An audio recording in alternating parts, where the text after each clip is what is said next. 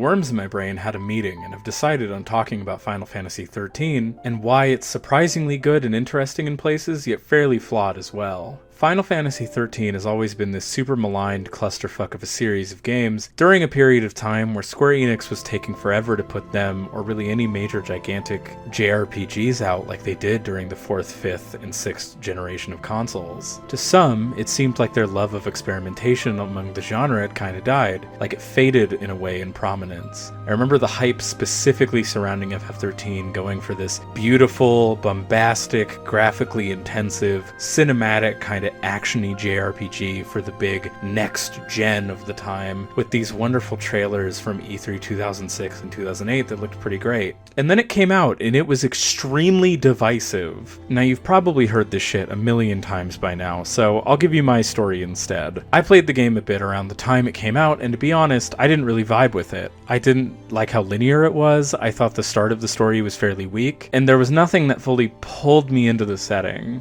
Most of the characters, except for like Saz and Vanille, were either annoying. These people need heroes. Yo, boss, what's the plan? Charge in, guns blazing. Hey, that's not a plan. Real heroes don't need plans. Or assholes. Hey! Wait! No, don't leave me! Let go! The hell no! You're my only way out of here! No!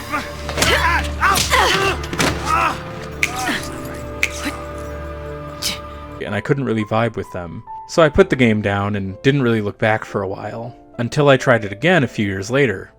And again after that, and after that. Something about it kept pulling my attention back. I wanted to understand it. I wanted to see why its defenders gushed about it online, but each time I would drop it for this or that reason.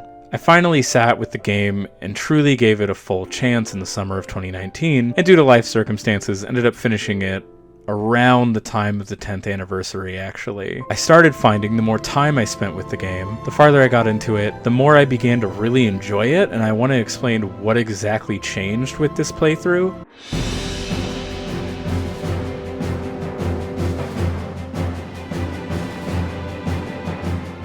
I'm gonna start on the gameplay before delving into the story, specifically because there's this dumb meme that has spread around since this game has come out, saying some dumb shit like, oh, this game takes like 20 to 30 hours for it, and its combat to get like actually good. And I'm disproving this meme right the fuck now because it isn't true. Now, the way the combat introduces itself to you is genuinely terrible. The intro as a whole story-wise is serviceable in ways, with its issues, but Jesus Christ, the intro from a gameplay standpoint is awful. Like, it starts as the mash X to combat meme that everyone throws around with this game. Combat is meaningless in the intro. There is zero progression since you don't gain levels like in the past games, and leveling is all in the Crystarium after this chapter. There is no sense of actually improving within the intro. It's extremely basic and extremely automated. And as far as the level design goes, it's extremely linear, though I do actually not think this is that bad, as the linearity of this game is due to the story and how it's basically the characters running from one place to the other, not really stopping because they're being hunted, to a point, but we'll get there. And gameplay wise, enemies are actually laid out so the player doesn't really have to grind. By the time you hit the end of each chapter, you'll be where you need to be for the next one. And while some find this boring, and that's fair, personally I like the way that's structured. I think it's a way to combat grinding and fits with this design of the whole we need to get the fuck out of here plotline. Again, to a point, but we'll get there. But yeah, I mindlessly mashed attacks out and didn't think for many of the fights in the intro, sometimes using items if the need was there or something, but otherwise, it's pretty mindless. But then, something happens. You get access to paradigms in the Crystarium after the big fal'Cie goes down at the end of Chapter 1. So, if you're like me, and a fan of Final Fantasy X-2, which, like, who wouldn't be? It's a 10-2 out of 10 game, if you know what I mean. That's nice. Oh!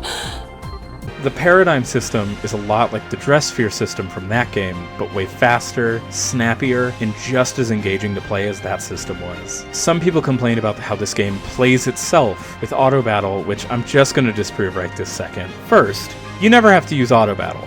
Not for a single second if you really genuinely hate it that much. You can always give whatever direct orders you want the main party member to do, which I will at least agree, not giving full party control is a little meh, because like, come on, even 10-2 did it, guys. But you can at least give yourself whatever direct orders or skills, etc. that you want, and you never have to even touch auto battle. Second, if you try to just mash X without actually thinking about what you're doing, especially later in the game, battles will both take forever and you'll die like a clown. You don't want to look like a clown who can't get better at learning 13 systems, do you? So let me tell you why auto battle is good. So the idea with the combat in this game is that you're looking at your characters as a unit you're putting into a fight. When you send them in, what you're controlling more accurately should be their paradigms. Attacks specifically are more like the second step to the system of job role control. Paradigms are basically jobs, or again, dress spheres from 10-2, but without the fun costumes. Like, come on, you could have fit the mascots, you cowards. You can bounce between Commando, Ravager, Sentinel, Saboteur, Synergist, and Medic.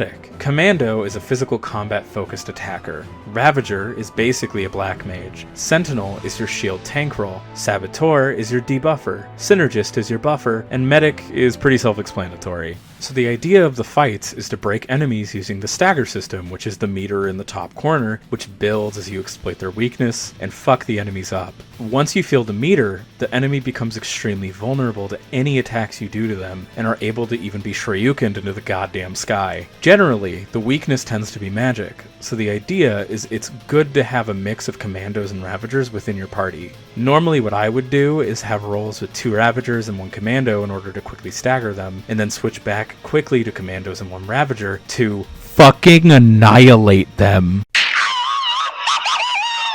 Though some fights require you to mix and match roles depending on what you need, making the player adapt their roles to each situation, unable to just sit there and use the same exact role composition throughout the game. It's a pretty solid idea to have a good stack of different sets of roles just in case of any tricky scenarios you stumble into. And using auto battle, you can get quick commands out to your squad, as once they know an enemy's weakness by either using scan or just simply by feeling it out, your team knows the most effective abilities to use, and combat becomes this dance of trying to make the fight quick and crushing enemies as quick as possible. I adore this so much because combat encounters can be extremely fun, feeling like this tense, wild dance that you are seamlessly switching between. The fights aren't these simple cakewalks. You actually need to think through what roles are better for which situations, and if you don't think about that, especially once you get to Gran Pulse, you will just straight up die. Like, no joke, enemies will just kill you straight out if you refuse to learn this game's combat. And throwing your Eidolons into there is fucking sick and real cool shit. Rather than being the quick cutscenes of past games, they're more like timed, faster-paced versions of how summons worked in 10. You gotta fight them until they respect you. Once you have them, you can choose to use them if you have enough TP or technical points to summon them. And then, you can wreck shit up and down the street. And also, Shiva are 2 twins that become a motorcycle that Snow then rides, which I just wanted to bring up because...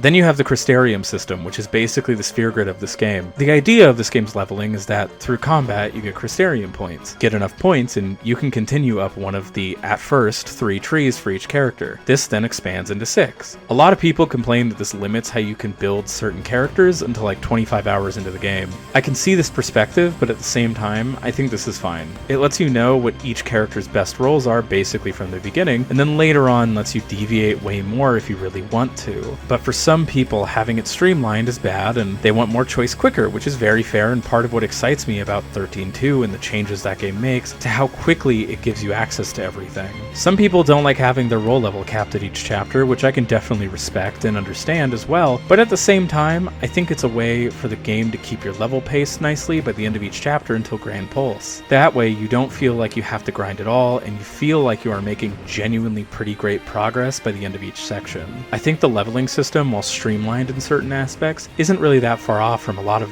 JRPGs, especially of the era of both its time and before it, and at least offers some choice in what you want to initially level or put more points into as the game goes on, and it doesn't leave you in this endless loop of grinding shit until like Gran Pulse. But I've heard some people act as if this is one of the game's sins because it doesn't do what the International Edition of 10 did with character building, where it's just way more freeform from the get-go until you hit Gran Gran Pulse, which I just think is a kind of very silly comparison, because not every game exactly has to go for that, it doesn't have to strive for that, and if that's not for you, that's okay. Now, let's talk about the meme, the legend, the absolute unit.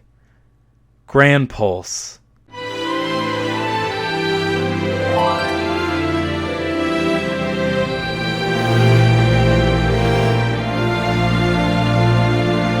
So the biggest complaint I hear about 13 is that the game is very linear, even though the story justifies this in a pretty reasonable and believable way. And most people say the game gets much better once you hit Gran Pulse. Well, I'm here to crush everyone's hopes and dreams because Gran Pulse fucking sucks. Gran Pulse, from a gameplay perspective, is endless meandering around a giant fuck-off empty field. The idea is to do missions once you get here, stopping the plot dead in its actually pretty frantic and moving pace, to do not much of anything, and then go into some fuck-off cave that also sucks. The only sense of progression or guidance you have is completing these missions and quests that are here. You would think this would mean side quests or something, but honestly, if you try to just leave this area without doing any of this shit, you're gonna just die. So it might as well be required that you need to finish like 28 of these things unless you want to come back here for post-game content, which I do think that is a nice option at least. Most enemies that aren't in these missions will just fucking one-hit kill you. Some reflect this by being fuck off huge, which I think is a genuinely good choice to make sure the player knows, hey, don't fuck with that yet, and makes the environment more threatening, but others seem fairly innocuous and then will just kill you outright because it can. This area becomes a tedious grind of monotony where not much really happens, and it honestly feels like padding to make sure you're leveled for the end of the game, but it's like 10 hours long, which is boring and really sucks, and genuinely is a stain on the game, unfortunately. It also just feels like they ran out of time, and instead of developing another interesting chapter that had any stakes or anything happening,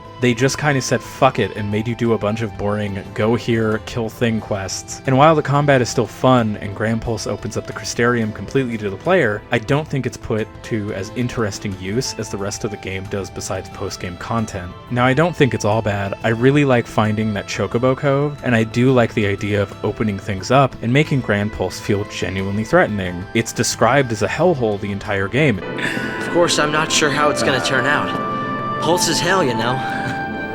Oh, is it now? How many times have you been there?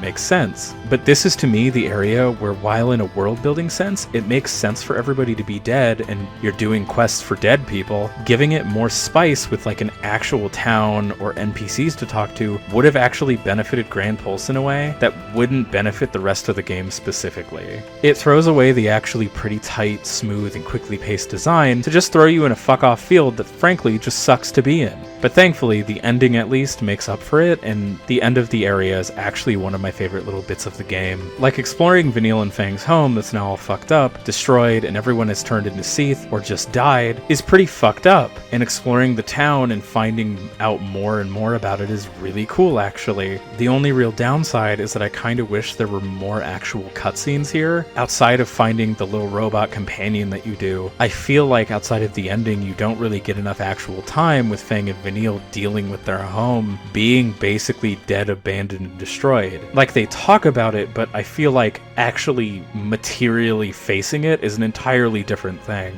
Also, I personally think this would have benefited from just being like a nice little NPC-filled town to even just push the theme of Cocoon being propagandized to better. Like you come here to their hometown and it could have just been bustling with people just living their lives peacefully in a world that is painted as a hellhole the whole game. But for one reason or another, I guess they decided to not do that.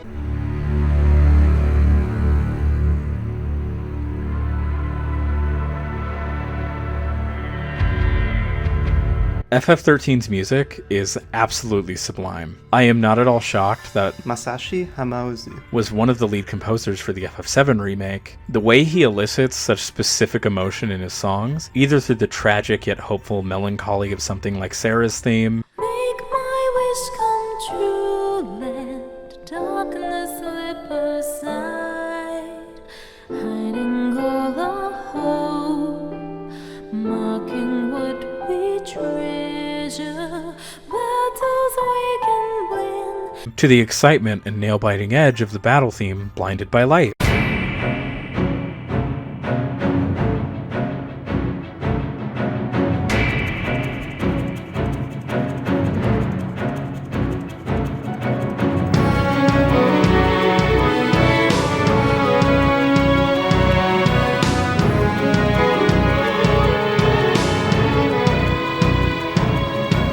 which I genuinely think is one of the best battle themes in the entire series. Just the way it rises up, first starting with this sense of foreboding danger, only to explode into this hopeful battle theme. It genuinely makes the battles all feel even more intense and exciting. I think one of my favorites is the song used for the final fight with Orphan, Born Anew.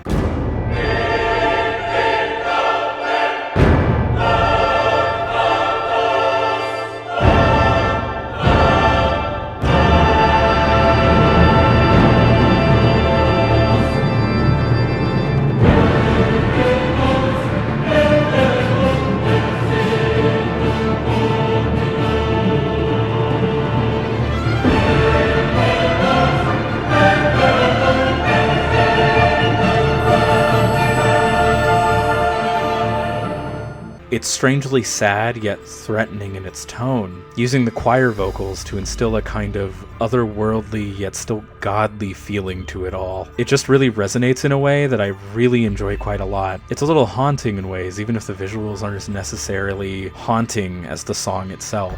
Why didn't I listen? Beg your pardon? It was me.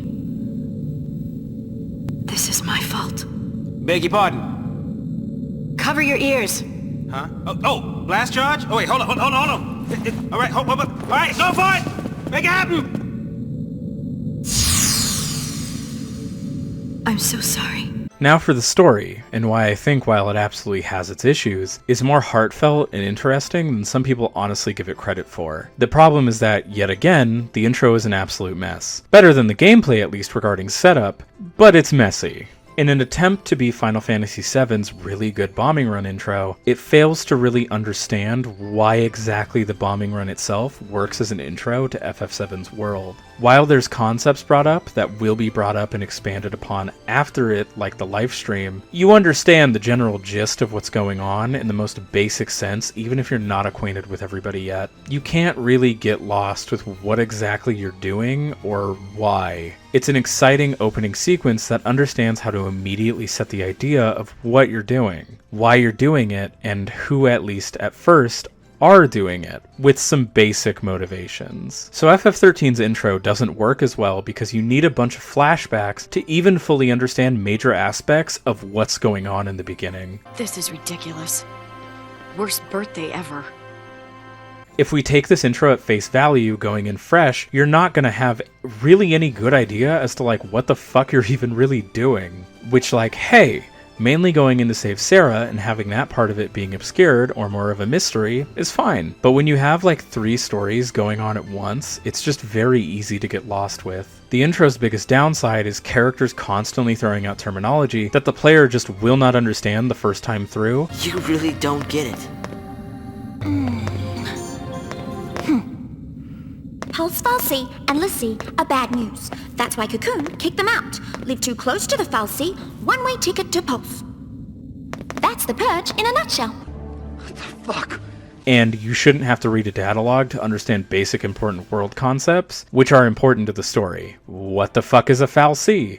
What's a Falsey vestige? What's a Psycom? What's a Guardian Core? What's the Purge?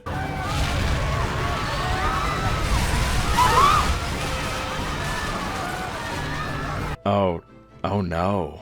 And to be fair, all of these are explained later sometimes in detail, but for an intro, I genuinely think keeping the audience sloppily in the dark for basically hours on important shit that constantly keeps getting brought up isn't a great idea. There's no real distinct parallels that people can draw similarities to. Again, in FF7, you can grasp the idea of what a soldier is, even if you don't know the entire backstory or lore of what exactly that fully means or entails for Cloud. You don't have to know fully what the life stream is to understand the concept of a life stream. From the beginning of FF13, what's the differences between Psycom and Guardian Core that you can tell me without seeing Lightning's like flashback cutscene about quitting or reading about it in the data log? About halfway through the intro, I think you at least get what some of the stakes are, but the world itself and its important details are just confusing and kind of vaguely presented. Which, given the 3rd birthday, I'm not shocked Toriyama wrote it like this. You mentioned before that you changed the past,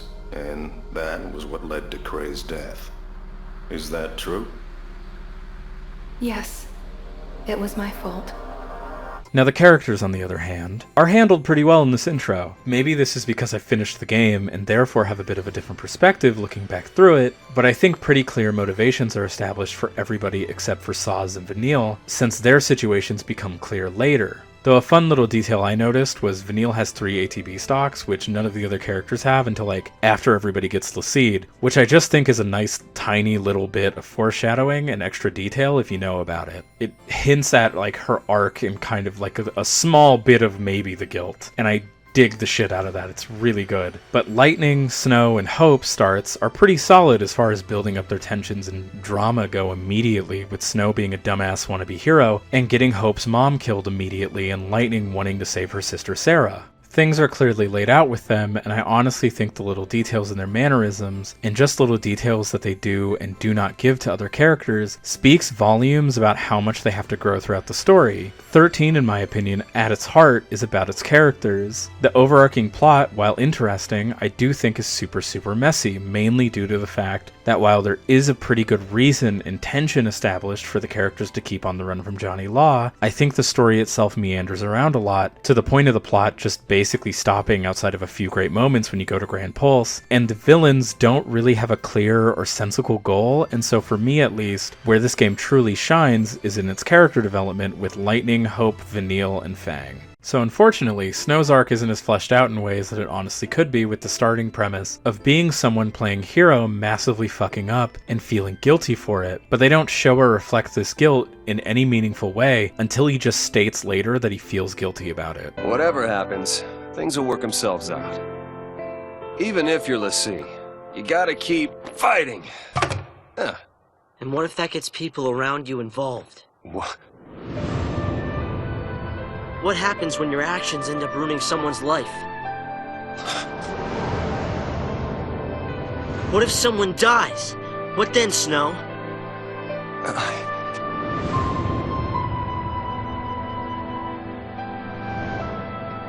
How do you pay for what you've done?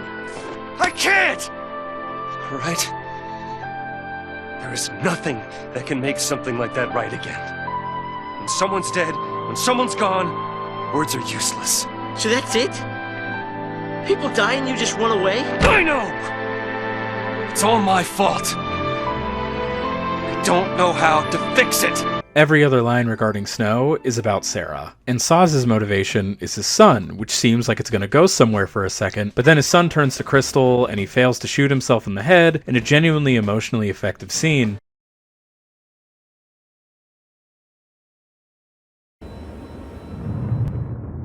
Enough is enough.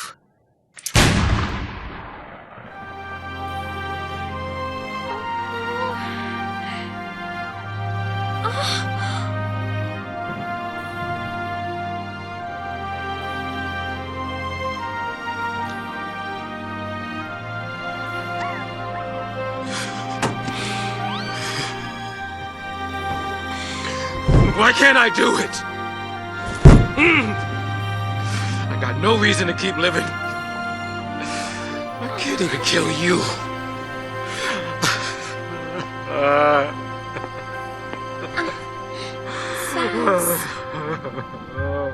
And then just immediately just kinda lets what Vanille did go. But if I just told the truth... Now. I've been thinking. You woke up from being a crystal once. Well, that means Dodge will wake up one day too, right?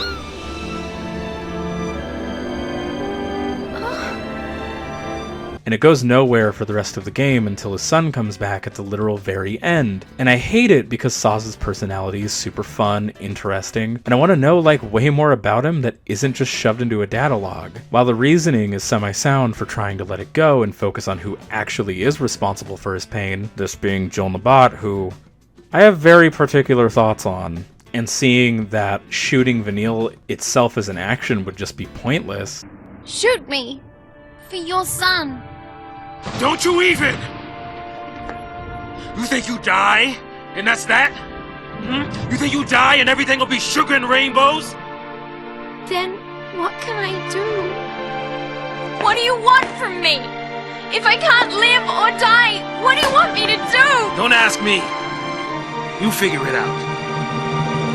I don't know!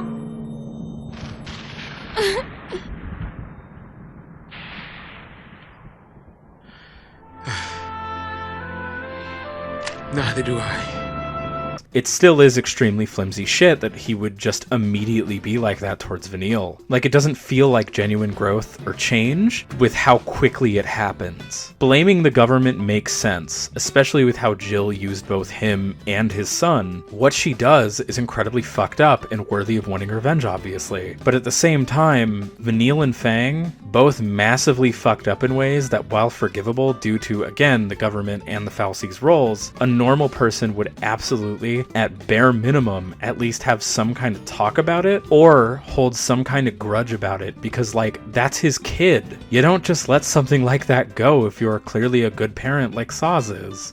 But to be more positive, Lightning's arc is this pretty solid tale of learning to genuinely trust and connect with the people around her. After only caring about her sister and taking care of her for such a long time, she is put in a position where she ends up genuinely bonding with the others slowly over time and really getting to know them as people. Why don't you let me take point? Can you handle it?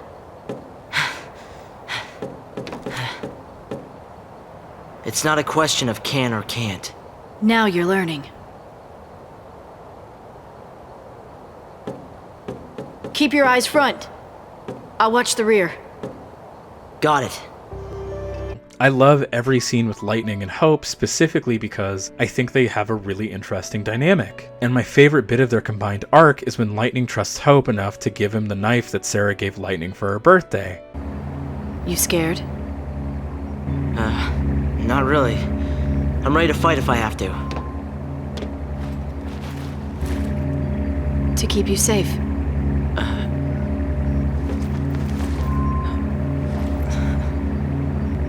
I'll want it back.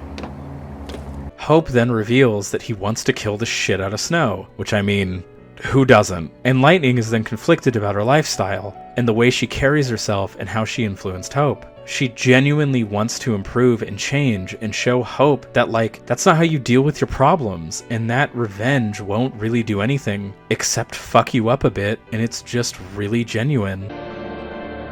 And you, Hope. You got swept along with me.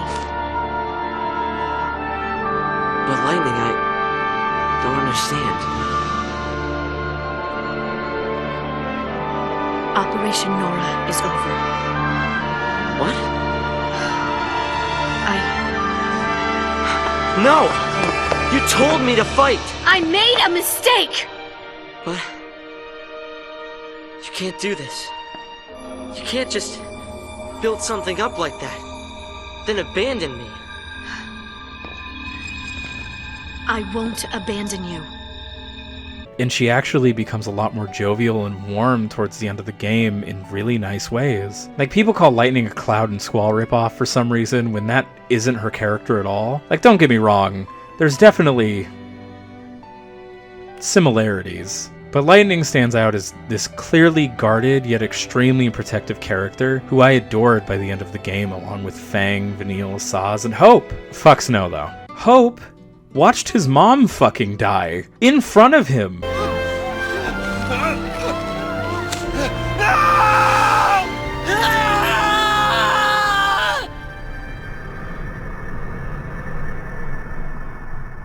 Tell me your dweeb ass would also not be either pissed or a little upset about it in slightly similar ways and be possibly extremely defeatist in a situation where you're basically all alone with these fucking anime losers and now you're like a wanted criminal for basically just being able to do magic. For those of you who give a shit about family, obviously. His connection with his dad is tenuous at best. He absolutely despises Snow, which again, who wouldn't? And after seeing how Lightning can apparently just shut her emotions off and keep soldiering on, inspires him to follow her, and they end up growing close to the point of him opening up and talking about wanting to kill Snow. Revenge and the pain of revenge eats him up to such a degree that eventually, when he gets back to his home city Palumpalum and finally meets with Snow, he confronts him, and after coaxing a reason for why he let his mom fall, pushes him off the edge of a building and almost uses the knife that Lightning gives him. And Snow, because of it, actually reflects on the pain that he has caused through his actions and genuinely apologizes and tells Hope how badly he feels he genuinely fucked up.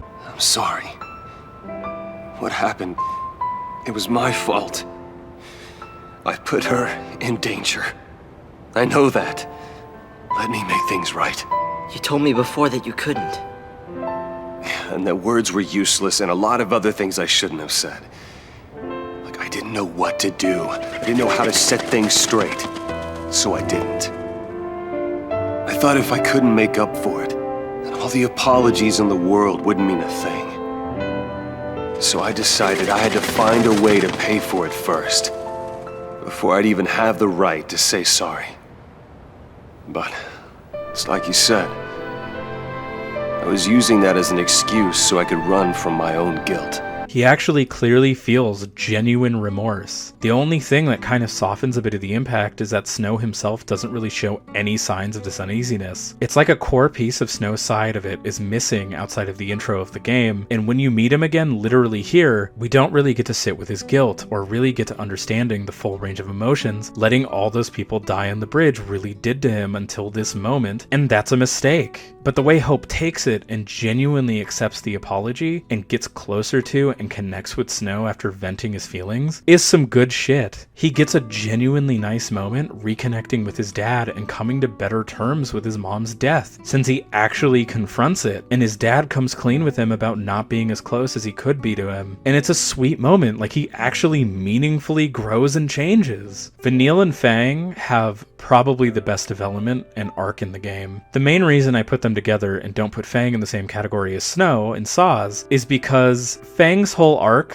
while being tied into Vanille's stuff, isn't dropped completely like those two's are. Their story ties the best into the full themes about connecting with others, not running from situations and your problems, and hurting others around you via your own actions, and meaningfully repenting for said actions, along with everyone is susceptible to propaganda, even you. Vanille and Fang are the reasons that Saz's son becomes a l'Cie. Vanille continually runs away from the truth of what she is and the things she has done that directly affect the other party members over and over again. Fang is very single-minded in the fact that she doesn't really care about what it costs or who it hurts. All she cares about is getting Vanille, the only family she honestly has left, safe and not turned into a monster. It's just making a kid that young a l'Cie. It's not right. Yeah, it's unfair. But guess what? We grin and bear it like good l'Cie, or the fal'Cie starts making more. Like that girl the other day. It doesn't matter what our focus is. We do it, whether we like it or not. But say we call it quits. You think these people will let us go? They'll lynch us in the street. Listen, Vanille. We do what we gotta do and get ourselves off this filthy world as fast as we can. Fang? You get out of here first. I'll buy you some time. Now, don't you worry. I'll come and find you, no matter where you go. And when Vanille has to face what she's done, specifically with Saz, she feels guilty. She's absolutely ready for him to just shoot her as an act of vengeance. And seeing that Saz refuses to take revenge, Vanille can basically do nothing but continue moving forward. Even if the stuff with Saz just kind of stops from that point on, and that sucks, but Vanille's specific guilt and the way she feels guilty and alone without Fang and the others is driven home pretty well, and Fang's self-serving want to protect Vanille is also driven home pretty well. For great contrast, Fang tells Lightning about wanting to protect Vanille and how they knew about Sarah, and she smacks Fang. And Fang is basically like, do you feel better? Because I feel fucking great.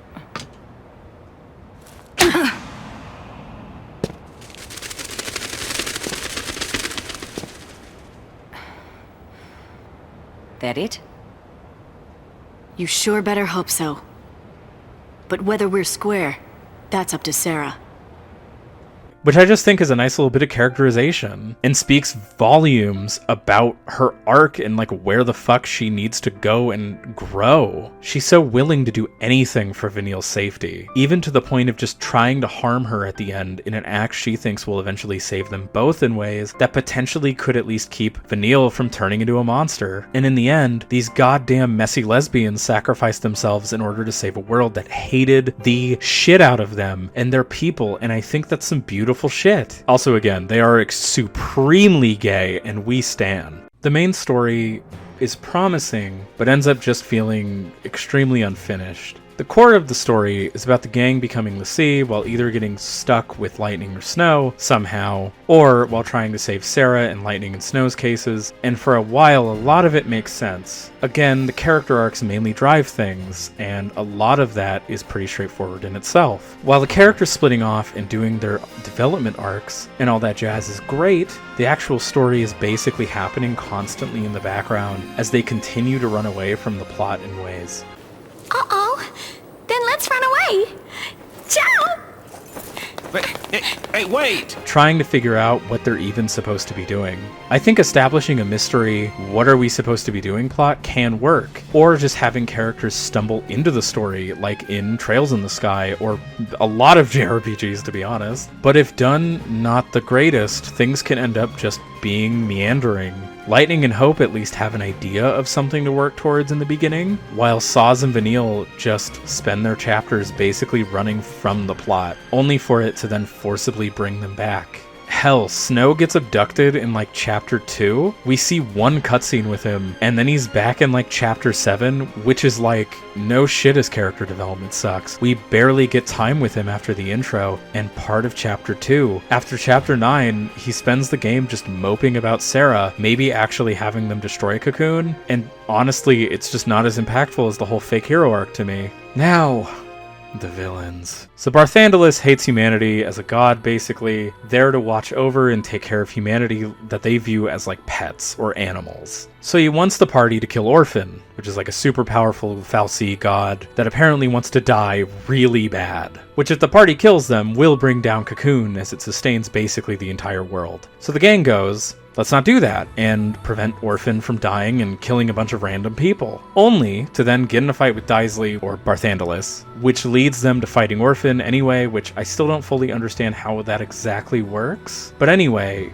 Orphan wants to basically just immediately die. It just feels very convoluted and very sloppy. Like Barthandelus just has no charisma or energy. He's just so fucking boring. And Orphan as a concept is so last second that it's honestly very confusing and very not well explained at all to the player. And I know someone is going to come in here and say something about the data log, but you shouldn't have to go to a logbook in order to understand what's happening in a story. It should just be able to be presented to the player unless the intent is for the story to be more obscure or vaguely presented like in the Souls series. But this one's clearly isn't. The way they go about it in this is just very, very sloppy. Like if Orphan was established earlier within the narrative, like in the beginning, I just feel like you'd have more time to process a lot of what it is and what it means. You could have other characters explore the entire concept of Orphan and it dying, and they kind of approach that, but not really. Oh, and that boring old fuck kills Jihl Nahbat when she is the only really interesting villain for actually a decent little chunk of the game. And I get it's to be a part of the theme that humans are easy to manipulate using religion, fear tactics, and propaganda. Trust me when I say that I get it. The problem is that Jihl is a more interesting villain than the Pope is by a long mile. I want a diamond ring, I want some bracelets and everything. Daddy, you better get the best for me. So Jihl Nahbat comes in around the time we are introduced to everything surrounding Saz's drama involving his son, and we learn that while he and Vanille are at Final Fantasy Las Vegas, not that one. No, not that one either. Perfect. That she's a manipulative evil person who, in the spirit of wanting to save Cocoon, uses pretty fashy-ass language to designate that they are a Gran Pulse l'Cie. The capture of undesirables. It seems that was your son's focus. She's clearly a very sadistic character who wants to fight them. She at least has a kind of interesting hateability to her. She talks about using dodge specifically as a symbol of hope for the people in order to keep them in a kind of blind ignorance. She talks about using dodge to find Gran Pulse l'Cie and how realistically they had no real idea or desire to even particularly help Saz at all. She's the government HR rep the company sends out to handle shit that really hates you and thinks that what she's doing is for the good of the nation. And I think that's way more interesting than just some old god fuck who wants humanity to die because he decided to binge a couple hours of Mirai Nikki and thought that it had some good points and was the deepest shit. So yeah, when we don't even get into a fight with a character that we grow to genuinely dislike quite a bit, honestly, after hours of teasing that whole ordeal and dripping ideas of intrigue throughout it, I just honestly feel like that's a huge missed opportunity to have a way more interesting villain. Having yet again another god be the villain of the story is really boring, and you can do it well, but you could have done it while still playing into the theme. Jihl totally could have still been there. Like shit. It's exactly like the really weird bait and switch that Far Cry 3 does for its villain. Voss is an interesting and fairly intimidating guy who will fuck with you because he can. What's his fuck is some dude who runs it all, I guess, and I guess that's pretty scary, but like, that's way less interesting. It's the same gist here. Introduce a cool villain and then kill them off midway and fully introduce a new, way less interesting and just generally worse villain. Also, yeah, she's very pretty. Yeah, I said it. Also, wouldn't be the first time Toriyama really fucked it on writing a cool female character well. I'm honestly surprised he succeeded with the rest of the characters in this game. Oh, you thought I forgot about the third birthday, didn't you, you fuck?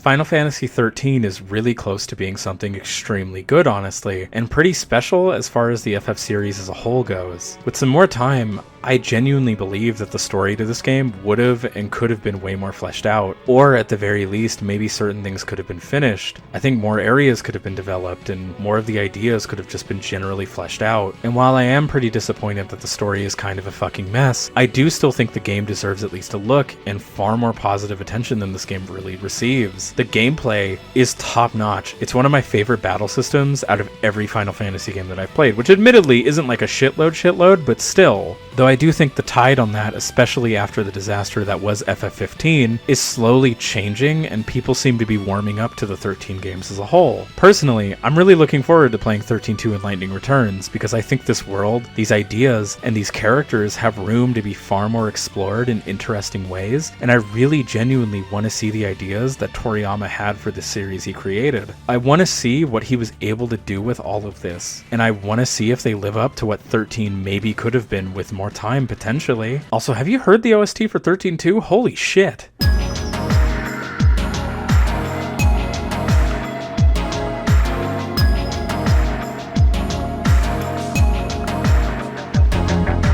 Yeehaw! The video's done. Sorry it took so long. Over the course of making this video, I mean, things happened and I moved. I'm in Portland now with my wonderful girlfriend who is sitting next to me playing Halo right now. Yeah, I'm happy with how this turned out. And I think I'm just going to take my time with each video instead of trying to do the whole... I'm going to revamp the Patreon in general. I want to make it more of like, I think like a tip jar where like, if you give like 5 up or 10 up or something, then your name will be listed in the credits. But yeah, I'm going to try, now that I feel like I have like a good workspace and can effectively work on videos better, I want to try to get stuff out quicker, but I'm also not going to rush it because I feel like that just makes worse stuff. So yeah. Yeah, a revamp to the whole Patreon will be coming soon, and yeah, I'm just happy I got this done. Next one is going to be either a smaller video or 13-2, so I'm not going to make any major promises on which one will come first. It'll just kind of happen as it does. So yeah, thank you so much for watching. Please leave a like, share the video with anybody you think would like it or be interested in it.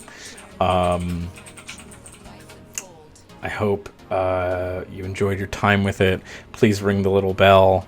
And last but not least, welcome to the Coven if you're new.